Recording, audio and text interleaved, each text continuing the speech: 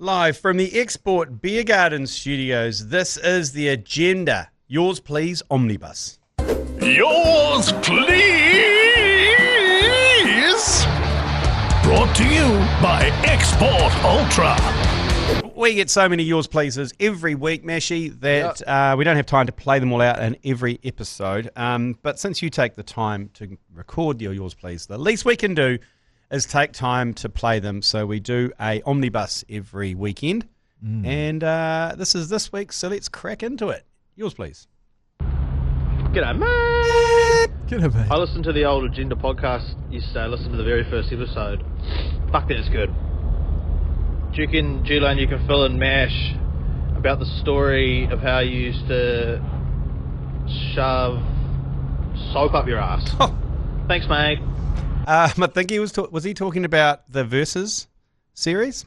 He was referring to the first ever episode of the Agenda way back pre-COVID even. Whoa. Wow. I think the title of that was Knights Castile. Oh, was it their very first Agenda Very podcast? first episode. I think it was you, Matt, and Jerry. And Yeah. we recorded it at Jerry's house Wowzers. on the deck. Yeah. Okay. Yeah, we should go. What date was that on? We should do some kind of anniversary episode at some stage. Oh, of geez. you, Well, you Matt know, and Jerry on I think that you're deck. familiar with that story. I mean, it was No, I don't know if I actually am. It was a stage in time in my life where I was going out with a particular lady. We'd been going out for a while, starting to experiment a little bit, Good for you, man. and discussions around changing lanes came up. Yeah, Sure. sure. And there was. Can I ask who was the instigator of the conversation? Maybe it could have been me, but I mean, there was also, but there was an open conversation about it, and it was like, well, and and everyone was vaguely interested in it. I mean, I'm talking like I'm 18 at this stage. Yep. Sorry. And everyone's vaguely interested. And we're like, okay. So and I was like, and then I remember a few days later just being in the shower, just had a bar of soap in the shower back in, this was back in 96, 95, 96, just had bars of soap back then. Mate. No, Yeah. there was no body wash or any shit like that. Can we put a pin in that because I want to come back to the bar of soap in just a moment. But Yeah. Yep. So we're lathering myself up, and then obviously give him a back passage and downstairs a good going over, Yeah. which is what you do. Of course. And then I was back there, and I was kind of brushed past the nus, Yeah. and I was thinking, look, if I'm about to, change lanes with someone, Right. Okay. the only gentlemanly thing to do would potentially just see actually how it feels. And it was all looped up there. The corner hit, and I was like, oh yeah. And I sent it up there. Okay. And did you? Well, so it was the bar of soap. Oh, it wasn't the full bar. It was just not kind everything, because that's dangerous, because there's potential there that you could lose the bar. Yeah. So it was a partial. That's what I'd say. And you enjoyed it? I didn't. No, not that much. And I was Okay. like, okay, I wouldn't. That was only like a third of a Knights Castile, and this Castile it wasn't a new bar, Yeah. so it was fairly small. And I was thinking, I don't know if I'd want anything more up there than that. And then when you went back to your girlfriend, did you feel like you didn't the right to have that conversation Yes. once again about? Yeah, and I about said I'm okay back with passage? I'm okay with not changing lanes. I'm okay with just maybe Oh, right. staying in my lane. And did she ask, "Hey, why the change of heart?" Oh yeah, I told her I shoved a bar of soap up my ass. Okay. Well, shout out to that girlfriend. Yep. And okay, Didn't but last much longer For those at home, It didn't last much longer after. That is a nice gesture, though. The bar of soap. Well, you've always got to indicate, okay? If you're going to change lanes, you need to indicate. Yeah, I agree. That's the golden rule, I agree. because you can't just change lanes willy-nilly, No. because that's going to get you in trouble. Yeah, it is. Yeah. I mean, we've all been there. And my my indication was, the conversation and then the bar of soap, and then I just put the lid back in and I went back into my lane. How do you feel about an accidental kind of change of lanes? Like you've had you've Like you're had, falling asleep at the wheel? You've had a few too many to drink, and all of a sudden you kind of drink driving, to carry Yeah, on the analogy, I guess- and things just the lane changes. Yeah, look, potentially that's something you'll, like any sort of incident like that. Where That's a case by case scenario. isn't it, Yeah. really? Yeah. Well, if you're asleep at the wheel, Anything could happen. yeah, The bar, there's dangers there. the bar of soap is back in our household. Me and my long-suffering partner, Yeah. as nice as Lauren, we decided, you know what? We're just sick of this fucking, we'd buy a bottle of body wash. Yeah. And it would go in about 2 weeks. That's because everyone else is using it as you well. just, You know yeah, that. Yeah, that's right. You know yeah. they're sneaking a couple of... Well, because they keep sneaking a couple of... They'll never know. that's so true. Because I've been using Darcy's shampoo Yes, for the last 2 years. yeah. So and that's the first time he's hearing about this now. But we've opted for the bar of soap, and we've just gone that old kind of Nivea oval bar. Really good, man. Really good. I think we definitely overthought soap for a few years there. What you got to watch out for is the odd stray pube. Yep. That's fine though, because we know each other and we understand each other and we can communicate effectively. Like Lauren, she will come to me every now and again and go, "Why is there a fiery ginge pube?" Well, when there's a dark pube on it, I mean, obviously, looking at Darcy, maybe. Yeah, now I don't know if you're right. He will be running a dark pube because not a lot of women these days are running pubes at all. I should have. You know what I should have done is I should have made this clear at the beginning of this conversation that me and Lauren we have our own ensuite. Oh, okay, right. So if there is a dark pube on our bar of soap, questions getting fucking asked. Quickly by me. Okay, let's move on because we're getting into an area of an employee that I don't want to get to. Yeah. Next one, yours, right, please. Yours, weird, please. I'm not sure if it's ever a good thing to say, but I'm taking your advice, G Lane. I've started dropping hints about Boxing Day next year. Yes. Nice. It's not going well. Did you vibrate it? My partner's birthday is Boxing Day. Yep. Difficult. But we'll see how it goes. Haven't been together too long, just a couple of months, but looks good. So I'm thinking long term, let's lay the seeds. The only problem is she turned around to me and said, "I'll come too." Yep. Fuck. Yeah, look. Yeah, I don't know. There's a little bit to unpack here. A lot to unpack, yeah. Birthday on Boxing Day. I mean, it's a tough time for her anyway because anyone who's born around Christmas time, they hate it because they get one present. Yeah. And things are overshadowed slightly. So she's obviously grown up troubled. And to then layer, I'm going to fuck off to a cricket match on top of that, I'm afraid you're going to have to take her. And do you know what? There's worse places to take your other half than Melbourne. But just you have to save up because some great shopping in Melbourne. Yeah. And it actually works out okay. It's like going It's like going to Adelaide. It's not that sexist, is it? Really? Is Adelaide the one that looks very much like Christchurch? Yeah. And it's got the Barossa Valley and McLaren Vale, two world-renowned vineyards an hour away. I think, honestly, Blake, I think your partner saying that I could come to is that Blake, is it? Yeah, that is Blake. is just the kind of green flag that you're after. I don't think you should overthink it at this stage. I think that if you've only been together a couple of months and you think things are going well, look, maybe you can take her. I know, G Lane, you've expressed in the past that maybe taking your family to these things are a bad idea.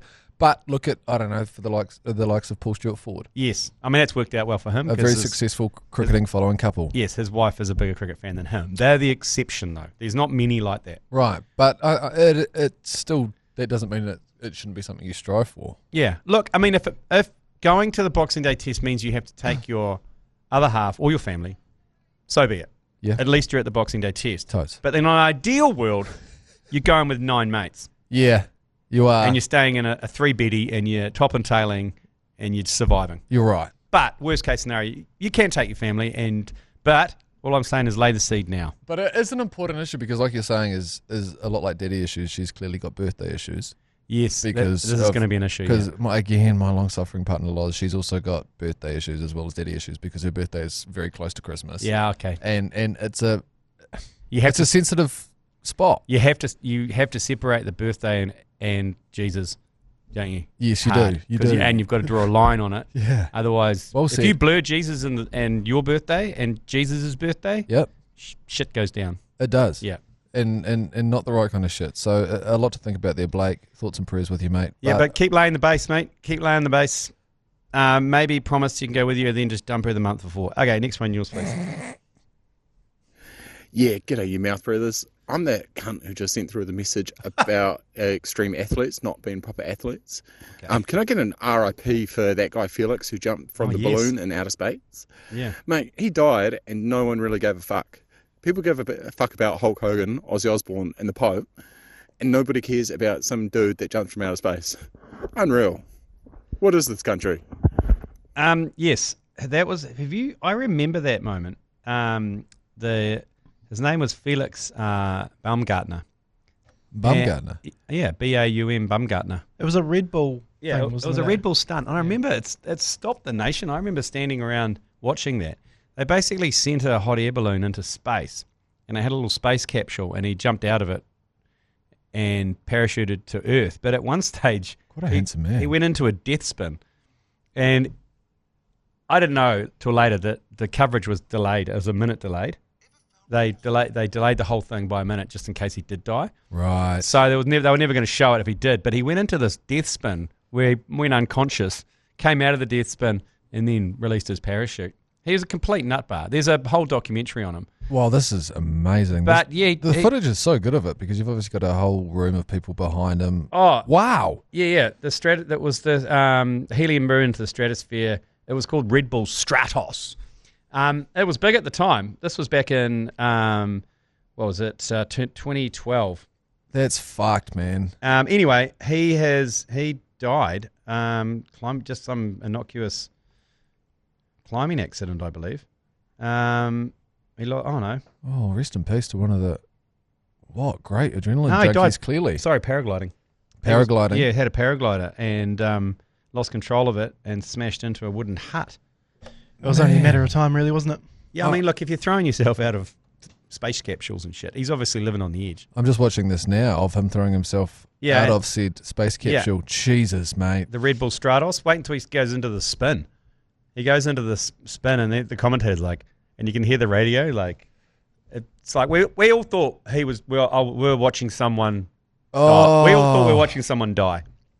Oh, Yeah, it was the Challenger shuttle explosion. Yeah, it was. I'm not going to sit like- there and watch the rest of that, but I am going to finish it after the podcast. That is incredible, isn't it? But I guess he didn't do much after that. That's a good. Was that 2012? That's got a good 13 years ago. How do you back something like that up? We can't really, but he's obviously he was chasing the dragon by paragliding, I guess. Because what's the next thrill? But unfortunately, he misjudged it. He was only 56. Felix Baumgartner. Yeah, R.I.P. The Baumgartner. Yeah. Gone too soon. Next one, yours, please. Hey fellas, just on the Friday potty and me explaining my hate for everyone, really. Yeah, good man. You guys weren't saying I was unemployed, really, because I'm fucking not. And also, I'm not even old enough to go to the fucking pub, so that's not even an option. So yeah. Anyways, fuck you. Okay, so it must be 17? Bullshit, that's the voice of a 17-year-old. Well, if it's a 17-year-old, that's a 17-year-old whose nuts have dropped. And if he's from down south, which he sounds like he might be, to be fair, that does check out. Everyone's voices is just deeper down south. Yeah, well, good on you. You're obviously not unemployed. You're probably still at school. 14-year-olds sound like 28-year-olds down there, eh? Yeah. Well, it's hard for us to tell. I mean, I'm presuming there's some sort of R18 gate on this podcast, but there's obviously not. So I've just gone into a story about putting a piece of soap up my ass, which I'm not keen on, obviously, teenagers being aware of. But, I mean, can we sort that out, Joe? Is there some sort of age gate we can put on this? Yep, absolutely. Okay. But then at the same time, how do we maintain listeners There like is that? no thing. Podcasts have no age gate. I believe it's called the internet. So okay. Once it's out there, This isn't an honesty thing, is it? What did we say about him and his profession? I think we might have mentioned something around lights out, a lights out message. I don't know. I can't remember. Yeah. We get so many and respond to so many, but we apologise to you. Yeah, there was nothing personal. There was a slur that we apologise for. And just like we get abused regularly, G Lane, I like to think that every now and again we will throw a stray a listener's way, and that's nothing personal. That's just unfortunately what is going to happen here. Absolutely, and good luck with your what do they have these days? What do they call it? They don't have School C and all that kind of carry on. Oh, NCAA. Yeah, good luck with NCAA. Yep, good luck too, with mate. the NCAA. Yeah, Yep. yeah. Just knuckle down because it's worth nothing. Anyway, next one, yours, please. G'day neighbours. G'day, mate. From Napes here. G'day, mate. Lights on. No one's home. Just wondering if Cal from the TAB could impress the ladies with a stat about who succeeds at majors or PGA Tour events wearing extra layers like puffer jackets, hoodies, etc. Oh, the thickness. To get to that point of punting on sport, to the point where you're like going, I wonder what the odds of someone winning with a puffer jacket is. Yeah. That's where Andy from Napes is at. Yeah. Well, good on him. I mean, look, it'll be a fascinating stat to know. We'll throw it out to Carl from the TAB. I'm not sure, there's a lot of, AI that goes on that gathers data for sport, for sure. And it just gathers it all into one place and then sifts through it and then delivers it as interesting data. Yeah. I'm not sure it goes down to the lengths of clothing. Maybe. Yeah, I'm not too sure either. Maybe, because I'm a big fan of shorts, and that's what the Live Tour got it right, you can wear whatever you want. Yeah. You can wear shorts. PGA still got a bar of soap stuck up their ass, and everyone has to wear longs. So I'm a big fan of those. I think that'll help a golfer. And also you can check out their calves, and you can tell who's sloppy and who's not, and who's got fat ankles. Who was the pervert that wore the purple pants a couple of weeks ago at the Open? At the Open. I can't remember who his name was. Oh, jeez, but again, if we are going to be kind of trying to figure out who, if there's a correlation between the attire and winning golf majors, I think we should also do some research into purple pants. Payne Stewart was a great golfer, and he obviously wore the +4s. Remember? Yes, that's right. Yeah, R.I.P. But also Phil Mickelson, he wears the shorts. He's got a great calf. Yeah, great calf for an old fella. Yeah, well, mate, his calves are great. He's walked miles, but then with those calves. He plays the PGA tournaments. No calf. No calf. No. And then puts on his aviators. Yeah. To kind of cover up the fact that he. Are they transitions though? You know the transition glasses that all the boomers have that transition to sunglasses when they walk outside. Oh, do you think? I reckon they are. Do you reckon they are? I reckon he's got transitions. Oh, that's. He strikes me as a transition kind of guy. Yeah, they're definitely prescription, aren't they? Yeah. Yeah, there's no way that because once you hit about 50, I think you have to start prescribing all your sunnies. Things start falling off. Yeah. Yeah. Oh, I feel bad now. Okay. Next one. Yours, please. All right, fellas, it's Razor Sharp News reporting from holiday in Europe. This might take a couple of posts. We've got two matters to address. Yep. One is it's bloody great to get the podcast while we're overseas. We've just spent the last 2 months going through Norway, Iceland, and now we're into Scotland. Nice. And it's almost a daily thing to get the old potty going as we travel. Nice. The only downer is the live casts are geo-blocked, so we haven't been able to get any of the live tests. Yeah, g'day, chat.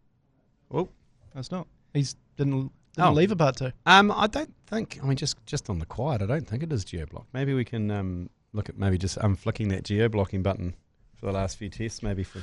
I thought it was ungeo-blocked. I don't. It's not us. Yeah, we've turned it off, so someone else turned it on. Yeah, we've definitely accidentally switched that off. Is that for a rugby comms? Yeah.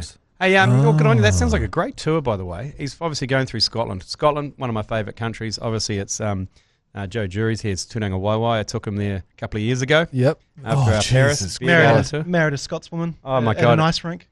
Yeah, like he is. He's like a poster boy in Scotland. Yeah, I can imagine. He's got this big diff. He's got big chunky legs, and we whacked a kilt on him. I was going to ask, did you put a kilt on him? Oh shit, yeah. And then went to an ice skating rink, and this woman was like. She was speaking a different language. She was speaking to my fucking dirt. Yeah. She was pretty much. She was speaking to my uncle Graham. Wow. And they were speaking. He's like, hey, looking good in that. Fucking dirt. These carbs, and they're like, and he left and goes, geez, you really made an impression on her. And Joe was like, she runs an ice rink. I'll marry her. Yeah. And then we went into the centre of Edinburgh. And he still has kilt on. We walked up Arthur's Seat, which was this big mountain, and obviously people are looking at us. Sweated my fucking asshole. And because they're quite hot in a kilt. Oh yeah, big woolen things. Yeah. You know, went up the Royal Mile. Went up. Burned those undies. Yeah, they got incinerated. Went up the Royal Mile. Went up to the castle, and Joe was like one of those. If you ever been to Rome and the Colosseum, there's just hundreds of dudes dressed up as Romans, and you get photos with them, and you pay them €10. Okay, yeah. This was Joe. Joe was like. Tourists were coming up and getting photos. He was like Elvis in Vegas. Yes. He's like all the people who dress up as characters. There was a giant bus of Asian tourists that stopped, all got out, took photos of me. No shit. And all got back on the bus. Fuck, that's It was so good. And I was wetting my pants laughing. And there's this big ginger boy. Yeah. Pacey airs in a kilt. It's a great place. It's so it's so welcoming. It's like when that really hot American woman thought that I was Ed Sheeran. Oh, yeah, that's right. And I thought we'd sleep together. Oh, hang on. No, it was a lift ride in Bangalore. What's going on here? This was the night where I was sharing a room with Joe. And I woke up inside of the blanket at the bottom of the bed. At the bottom of the bed. We were burnt and earning. And, so it was quite heavily tucked in at the bottom. And he'd thrashed around in his bed so much, he found himself at the end of the bed and in the tucked in bit. I was trapped. And he was squealing and yelling. And throwing his arms around, and I had to turn the lights on, and I was like, "What the fuck's going on?" So you boys have a twin room? Yeah. And okay, gotcha. And all I can see is this movement around the bottom, like a frog in a sock at the bottom, and him squealing. And I pull the covers back, and he's like, and just gasping away. Anyway, it was that night. His recollections were vague, and then we jumped in a lift, and this hot American tech entrepreneur hops in, and just looks at Joe, kind of up and down and kind of I'm smiles. bleeding from the eyeballs. Yeah, he's so hungover. And she's like, hi. Oh, my God, what a great night that was. Yeah. Wow. And then Joe's like, and then she's... absolute fear that went through my... So when this woman walked into the elevator for the first time, you were like, wow, this is a stranger. I've never seen her before in my life. Yeah, no idea who it was. Right, and then she looked me up and down, went straight to me and said, Hi. Oh, what a night last night. Yeah. How'd you wash up this morning? So have we got any answers in terms of what's we happened here? Has she been sleeping with someone that looked quite similar to you? No, we found out later on. We were on the rooftop, and I think we might have asked a couple of others, and they're like, oh, no, got confused. She thought you were someone else. Yeah. But for the whole day, Joe, because she left the lift, the doors closed, and we were like, what the fuck did you get up to last night, Joe? Jesus Christ. And Joe's like, I don't know. I was about to put on my sheets. So you had 12 hours before we actually could put that to bed. Yeah. Anyway. That would have been How did we get to that? 12 hours. Oh, yeah, good luck on your tour.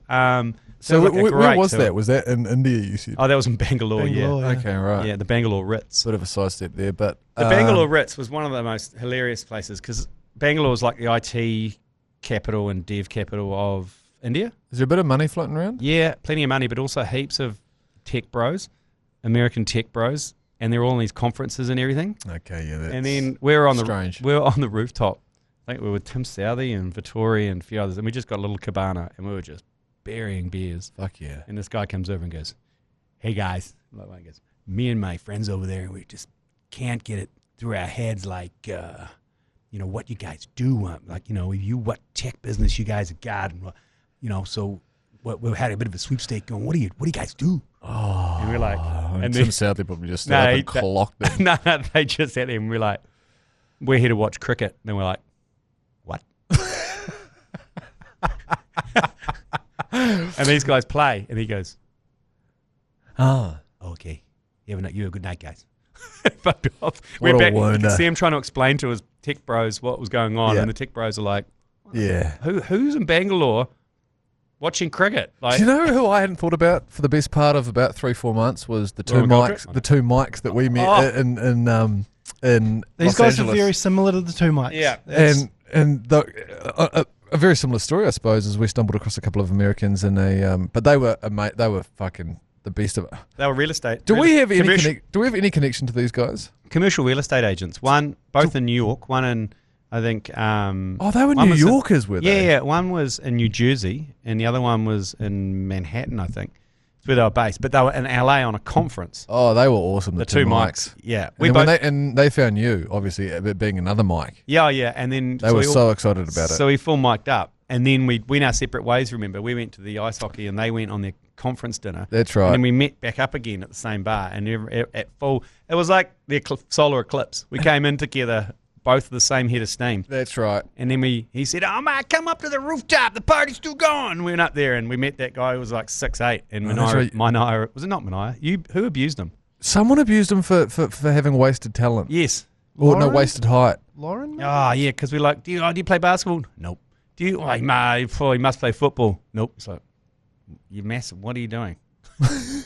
And was he also a real estate agent? Real estate agent. Yeah. Okay. So it was just the accent that you were doing reminded me of those two mics. Anyway. Yeah. Okay. Enough about that. I hope you're enjoying your travels in Scotland. Yeah. And if you see someone that looks like Joe, take a photo with him. Iceland. That's an interesting place to go. I've never been to Iceland. They've got the pools, eh? Is that why everyone goes there? Reykjavik. Excuse the me? capital. Reykjavik. Is that the capital? Yeah. Reykjavik. Are you sure? But that's how you pronounce it? Reykjavik. Is that where the blue pools are? The blue lagoons? Yeah, I think they do look pretty amazing. Up in Scando there, they're all like the same. But that was where the famous volcano went off and pretty much shut down Europe. Yeah. It was just out of Reykjavik. You do get a bit of that Okay. up that way. Okay, next one, just please. G'day, fellas. G'day, Question, Meshy asked a question, why don't we have surf clubs here? My friends and I have been arguing about this in a group chat for the last couple of years. Apparently, you're not allowed to have a business on the foreshore because the Queen or the government, the Queen's chain and all that. Yeah. So there are the occasional surf club. There's a great one in Papamoa, or there's a up-and-coming one in Whiritor. And I'm sure there's a few dotted around, but nothing like what they've got in Australia because you can't have a business on the foreshore. I see. Bullshit. That'd be great to maybe relax that, because the greatest thing about going to Europe, Spain especially, is like you go to a beach and there's just some rat ass shack at the back selling ice cold Estrella Dams and drinks, and it's everywhere. You can people just have a pop-up business and they're just selling beers and food and whatever they want. I feel like whenever anyone's travelling, all you really want to do is have a drink of whatever you feel like. Not in New Zealand, mate. While looking at some water. Not in New Zealand, because you know what you're going to do? You're going to break that bottle and then you're going to go up to the nearest wicker and you're going to cut its throat open, Of course, okay? yeah, that's right. Yeah. Oh, yeah. You'll swim out there, you'll be drunk, and you'll be stabbing a Hector's dolphin through the blowhole. That's what kind of shit happens when you drink on the beach. Kiwis don't know how to handle yourself when you're on the piss. You're fucking menaces. You guys grow up. Yeah, no fun. Yeah. That's a shame. That is a shame. The ACC should look at really launching. Leaving? What? Actually, wait, hang on. Did he say that it was something to do with the Queen? Oh, no, the Queen's chain it's called. It's like... She's dead, so... no, well, the King's chain now. But it's around the foreshore. No one owns it's like you can roll up to any beach anywhere in your boat and just beach it and go and have a picnic on it. No one owns the beach or the first 5 metres or so of the foreshore. Right, that's how it works. Okay. But does Aussie not have a King's chain? Doesn't sound like it. But they're Commonwealth as well. They need to. We need to get on. We all need to be on the same playing field. On the same here. chain. No, I mean we all did different deals, didn't we? Yeah, we signed. Jeez, we signed a shitter. Yeah, I don't know what ours one. Well, we signed several of those. This is. There was a lot, wasn't there? Yeah. To be fair, we didn't get this. We definitely didn't draw the short straw, did we? No. Moving on. We've got no danger. Well, first of all, we've got nothing really that can kill us. We don't, do Apart we? from drunk drivers. There was a couple of articles last year where there was a couple of snakes swimming around. Oh, yeah, but I mean, like, we see a couple of snakes and we shit ourselves. Fucking snakes in water, man. Make sure it's a headline. When someone dies, that can be a headline then. Yeah. Okay? You can't just see something. Yeah, true that. I see heaps of dangerous stuff. Yeah. Okay, but anyway, thank you for those answers on the surf club. Yeah, that's good. Because I think all the time, whenever you're with the fellas, you'll be like, why don't we have surf clubs? Why don't we have RSLs? Why don't we have leagues clubs? But it's good to get an extra answer, to be fair. Why can't we just have fun? Talk ourselves in circles. Next one, yours, please. Yeah, g'day fellas. Hey, I've got a stag do coming up for one of the boys. Yep. G Lane. Feels like we've done everything now for the rest of the other boys coming in. Don't know what to do. Right. He wants to play golf. It's a bit too casual, but if there's any awesome fucking stag do ideas out there, lay them on me. Cheers, fellas. Hooroo. This is your lane. Yeah, I mean, it depends, really. It depends where you're from. It depends what you're into. It depends if you can plan it around something. Because I know that Mania recently was like, I'm headed down to a mate's one down just out of Waimate. And I said, well, fuck, what else is going on there? And the rodeo was going on. I was like, well, fuck, go to the rodeo and try and get him on a fucking horse. Or at least tell him he's going to get on a horse. Yeah. Events are always good to go to. Because, like he's right, though. Once you get to the 10th stag do, there's only so much paintball you can do. We went to a driving range. That was quite good, or a golf simulator. It's quite good because it's a golf course, sim would be good, yeah. Because a golf sim with beers and food is way easier than because try and play 9 holes by 6 holes. Also, half the guys don't really want to play. If you don't want to play in a sim, you sit in the back, pound piss and eat food and whatever. Yeah. You don't get punished with the whole course thing. Yeah. Plus, courses these days are getting a bit. Unless you go to a good old country course, you're struggling to have any fun. Yeah, I agree. Course before you get some member boomer telling you, and then you've got the basically the guy from the pro shop coming out in the cart and telling you to shut the fuck up. I've only ever been on a couple of stag do's at my age, but the best one that I have been on was just when an Airbnb was booked at a place that was close enough to a golf course. It was, I can't even remember exactly where it was, but it was South Island, north of the South Island. I think probably not that far out of Kokoda, but we just, like, it doesn't need to be anywhere that's that crazy or anything like that, but if you've just got a situation where the fellas can do something and then go somewhere together, I think is about the right template, if you know what I mean. And you don't need much more than that. Yeah, a couple of activities. Yeah, a couple of activities is good. A sporting fixture is good. I know when we were down in Wellington, we stumbled across a couple of stag do's that were doing an All Blacks test as kind of a part of their evening. Yeah. Just having something that the fellas have to be at all at once, I think is quite important for boys. Otherwise, you are going to end up in a situation where you'll just be at the pre-drinks for the entire time. And also, don't go out into town. No bar's going to let you in. So don't bother going to town. Hire a house, fill the house full of beers, and then do stuff during the day. Ideally, have a couple of vans or a van and a driver. This is what we did for that one. Do some pub crawling. That's always good. Some country pubs. Best one I saw. Country pubs, Best one I saw was a country pub crawl in England where the stag was dressed up full Darth Vader and all the rest of his mates were stormtroopers. And they had to enter. To enter every bar with the stormtroopers in 2 lines going. Boop, boop, boop, boop. and then someone would have a Yui boom, going, dam, dam, da, da, and the whole That's bar, unreal. the whole bar would stop, and then the stag would come in and Darth Vader, and then go to the bar, and then he'd have to neck the first pint, and then they'd all carry on, and then they'd go to the next, like, da, da, da, da, and they'd all leave, and they'd line up and march out. That was pretty funny. Yeah, that's good. Yeah. Whereabouts are you at on inviting the in-laws? You got to invite the father-in-law and the father. Now, you have to. Shit, do you? Yeah, you got to do that. That's the rules. Because I'm all good with the brother-in-law. I'm thinking about 5-6 years down the road here. You got to invite the father, but usually the rule of thumb is the father and the father-in-laws, and usually the brother-in-laws just skedaddle. They don't stay the night. They're not staying in the com. They probably drive back. Well, I've got my genuine fear is that my potential father-in-law and brother-in-law might be the two that enjoy the stag do activities the most, and that's going to be a hell of a lot for me to witness. Well, you're going to have to manage that. That's a long way away. You're thinking about that. My stag do. My brother is a vegetarian, and another part of my friend owns a meat business, and so he provided the meat, and my other mates just incinerated it. Like, not incinerate, cooked it very well. It was like fillets and it was steaks and sausages and everything. And I didn't cater for vegetarians, and there was this huge table outside, and this is guys' versions of salad was just like 3 iceberg lettuces and a whole lot of tomatoes. No one cut them up or put them in bowls. And I remember my brother coming out and and he goes, he looked down and he goes, you got any, there was kind of a few people milling around, any vegetarian options? And then Stephen Mather, another mate, heard that. Yeah, what did Mather have to say? Picked up a full iceberg lettuce, hurled it 10 metres, and it exploded on my brother's head. Oh, it's the most Mather response. And it went all over the table, and my brother goes, okay then. Just picked up the leaves and put it onto a plate. He goes, okay, I guess that's it's me. Yeah. Mather. Yeah. GC. Yeah. Ended up playing a dangerous game of darts that night. And also got introduced to friend Logan Payne's acid test, which was an indoor cricket, strategic indoor cricket play. Okay. Basically involves everyone surrounding the bat. And it was a half an hour session on a whiteboard. Yeah, is there the acid test? Yeah. So why is it called an acid test? Just it's a real test. It's an acid test on the batsman. Okay, I'm just trying to figure out the nitty gritty of it. Yeah, okay. How it all works. Anyway, I've got these. Also, we had Lola, the one arm strip. But anyway, next one, yours, please. Hey, fellas. This has nothing to do with sport or anything else, really. I've just been thinking about it, wanted your opinions on it. I went and did my full licence the other day, and the test was fucking easy. I'm just wondering if that's just a new thing. How hard was it when you did your ones? Like, fuck me. How does that give me the right to now drive whenever I want with passengers? It's fucking stupid. But yeah, fuck Jeremy Wells. Real issue with Jerry. Is he saying, because to get your full licence, when I got it, you had to drive with a person who would mark you off? Yep.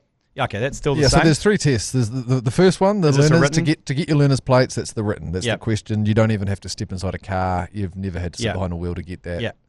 That's your learners. It's about, you have to get 29 out of 30 questions, I think, right? And this whatever, and there's about a potential 150 questions. The next one is the restricted test to get to that place where you can drive on your own. Yes. How do you get there? That's 6 months or 9 months after your learners has been accepted. You've been taught to drive and all that kind of thing, and then you go into the VTNZ or wherever the fuck it is, AA or whatever, and get someone to assess exactly how you're getting on. And if they go, you know what, you're capable of being in a car alone. Do they get in the car with you for that? Yes, they do. Yes, they do. So and then you do a test, and you can either pass or fail that. That, I think, notoriously is the hardest one, is getting the restricted, getting your restricted license, because that's going to be the Jason first Hoyt's still got his restricted. Yep. He's a 55-year-old man. Yeah. Do you know what? I'm just not that surprised by that. And I think there might be quite a few people that are like that, to be fair. And then about 9 months after that, you can get your full license. But lots of people stay on their restricted because you got to pay. Do you have to pay for the final thing? Is that you do have to pay for your final thing. But the last one is very, very easy. And Matty Heath came in the other day and we were talking about it. He's just had one of his sons pass his full license for the first time. Yeah. And he was like, well, I've just felt a sense of pride when my son passed it for the first time. But he also said the same thing as his contributor, that it is quite easy. I have this. You hear these stories of people failing it like 4 times. Well, they need to be put down and let nowhere near our roads. Also, can I just say how much easier it is now that all cars are automatics? Yeah. Because they were manuals. We're doing them in manuals. And a hill start in manual, get that wrong. And I got it wrong in Hamilton. A hill start in Hamilton, down by the river. And let's just say the car went sideways. I was like, drop the clutch. Because the last thing you want to do is stall on the hill start. Hill start these days, you take your foot off the brake, you press the accelerator. Back in the day, you got to ride that clutch. It's in Did you have the steering wheel down hard or something like that? Why was the car it was a turned? bit wet, so you got to have your foot. You got a hand on the handbrake, hand on the wheel, and you got the clutch, and you got all appendages are going. For the hill start, and then you don't want to stall. You're paranoid, so you've over accelerated. You've dropped the clutch, and then up the hill. And I was like, I remember going, sorry about that. He goes, that's fine. We're in Hamilton. And I passed. I did pass. So you did pass with that? I nailed the hill start. I think you get about 2 mistakes per physical driving test. But did you have to parallel park? We had to parallel park. Yeah, we had to parallel park. Yep. But what is dangerously amusing about the parallel park is that that's the part that if you're taking your test in an automatic, that's kind of the scariest part. Yeah. The parallel park is not like what you imagine a parallel park being these days, where you've got 2 cars and you have to kind of get yourself into quite a tight space. Yeah.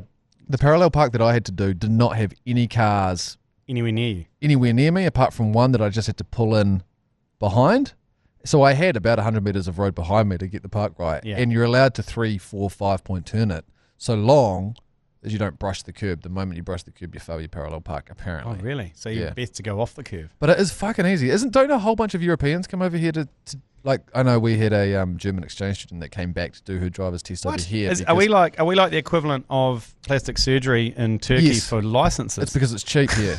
Because she was saying that she has to pay about 8, 9, 10 grand to get her driver's license in Germany. Get the fuck out of here. So she came over here and did it for a couple of $100, but you obviously have to be here for a significant amount of time. I tell you what, again, your international driver's license is hilarious. You go into AA and you go, hi there, I'd like to get my international license. Okay, sure, you got a little passport photo? Yeah, here you go. $20? Here you go. Is that all it takes? Yeah. I don't know what they're looking for. I don't know why they just don't accept our license, if that's what it is.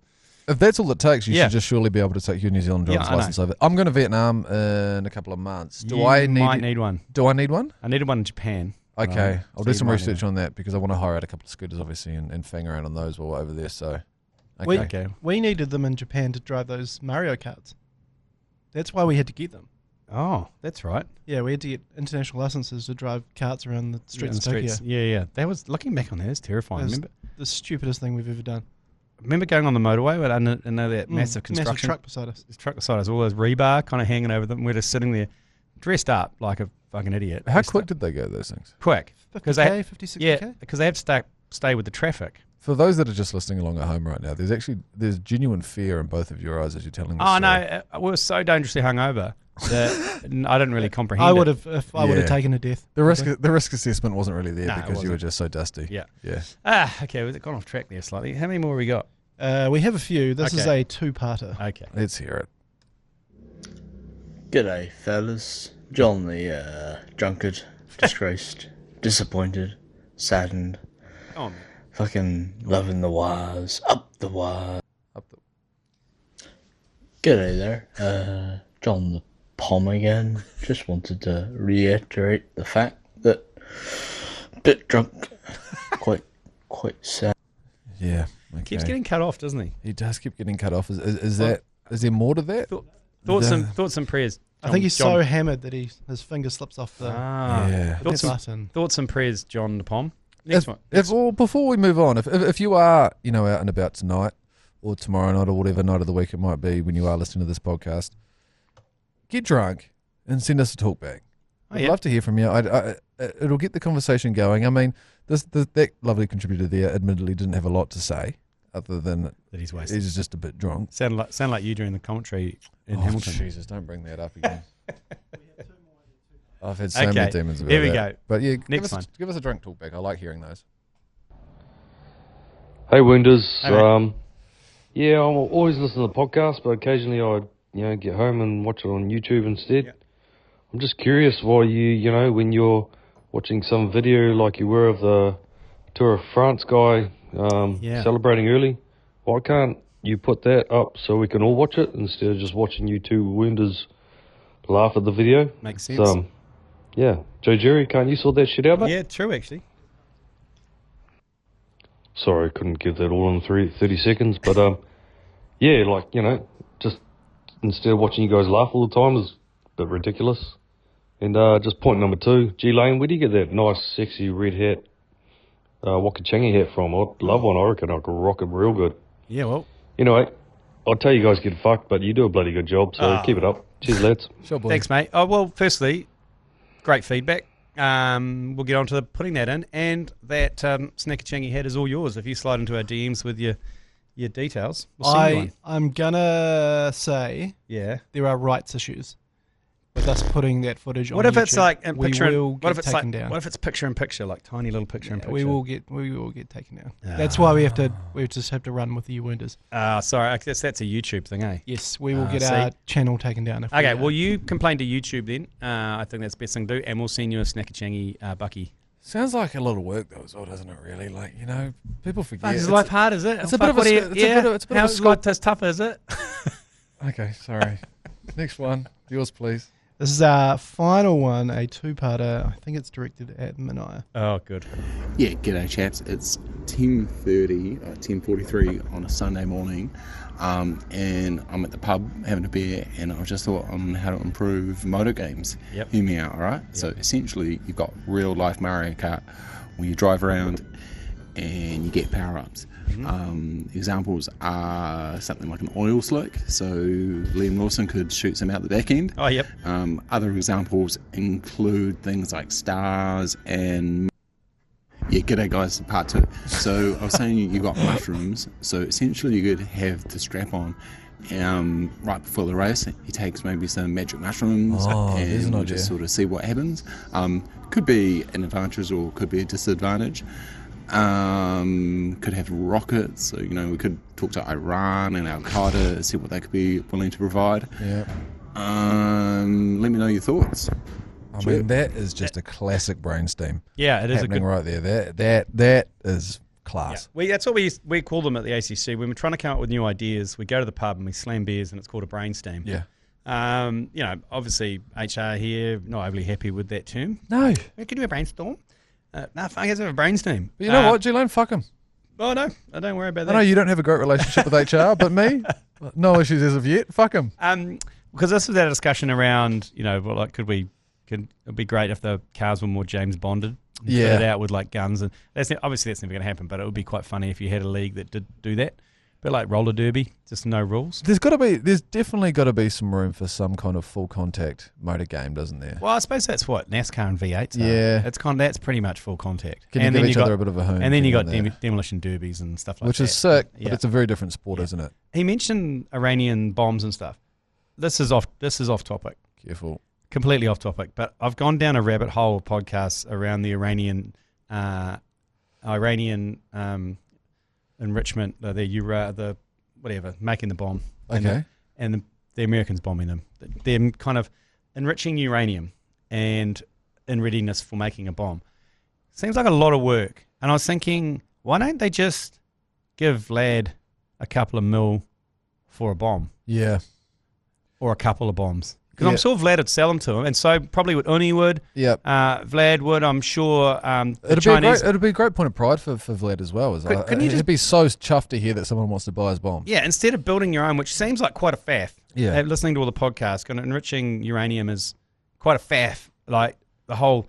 Risky as well, you'd have quite to risky, say. yeah. I mean, like expensive. Whereas you could just go, just who us one of those. We'll strap it to our Cessna, and then we can drop it on Israel. It's like sometimes, yeah. That was kind of. I'm thinking it seems like a really long-winded way to do it when you could just go and buy one. Like, mate, at what point do you just kind of buy a pre-made herb garden from Bunnings rather than getting the equipment to buy a herb garden? Yeah, and also buying the growing mint at the supermarket. Exactly. You bring it home. It looks like you've grown it, then you just decimate it and throw it in the bin. Do you know that's an interesting hole that you've been down? I was down in a hole last night, and it was something that I was meaning to ask you about last night over text, but I forgot about it.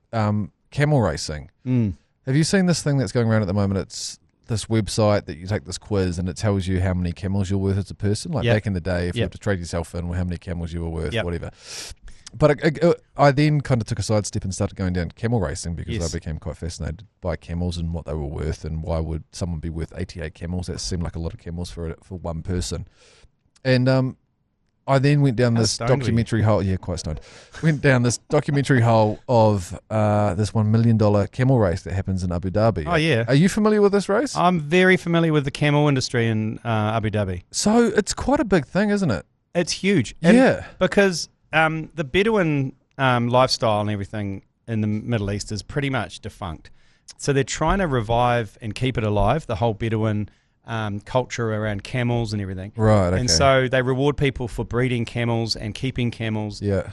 They have camel racing. That's only one part of it. They have camel beauty competitions.